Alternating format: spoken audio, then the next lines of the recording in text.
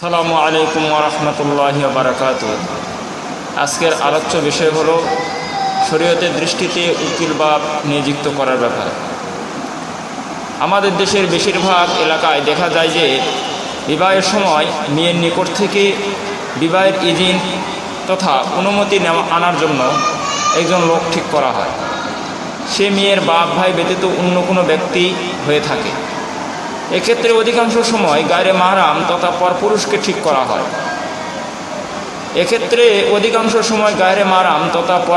ঠিক করা হয়। তাকে বলা হয় উকিল বাপ। সুতরাং ব্যক্তি সরাসরি মেয়ে থেকে বিয়ের অনুমতি এনে বিবাহের মজলিসে মেয়ের পক্ষে ওকালতি করে।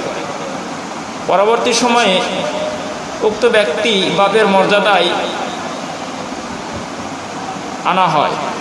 বিভিন্ন ধরনের হাদিয়া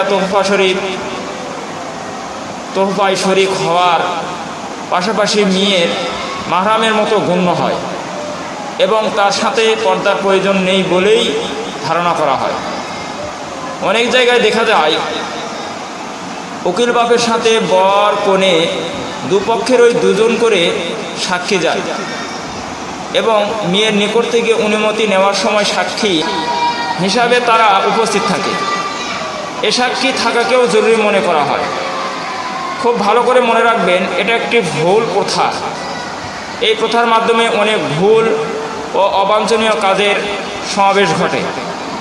প্রথমত, ইসলামী বিবাহে বিনা প্রয়োজনে মেয়ের মাহরাম থাকা সত্ত্বেও কোনো গায়রে মাহরাম ব্যক্তিকে উকিল হিসাবে মেয়ের নিকট থেকে বিবাহের অনুমতি আনার জন্য নির্ধারণ করার কোনো বিধান নাই।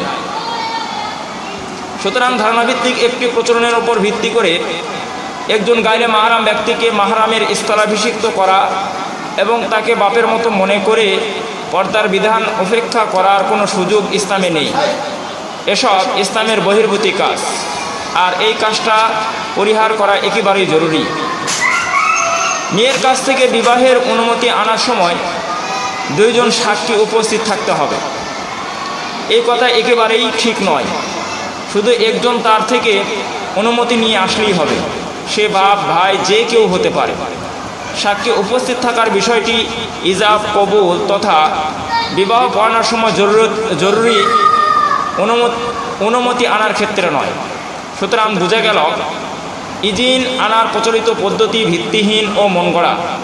এটি এমন একটি কুপ্রথা যার কারণে পর্দার মতো একটি ফরজ বিধান লঙ্ঘিত হয়। কেননা ছেলেপক্ষের যে দুজন মেয়ের সামনে যায় তাদের জন্য তো মেয়ের সাথে পর্দা করা ফরজ, আর মেয়ে পক্ষের সাক্ষী যদি গায়রে মাহরাম হয় তাহলে তাদের জন্য ও মেয়ের সামনে যাওয়ার কোনো সুযোগ নেই। তাহলে যে বিয়েতে শুরুতেই এভাবে ফরজ তরক করা হচ্ছে, তাতে শান্তি কিভাবে আসতে পারে? তাই এই ব্যাপারে খুবই সতর্ক থাকা একান্তভাবেই জরুরি।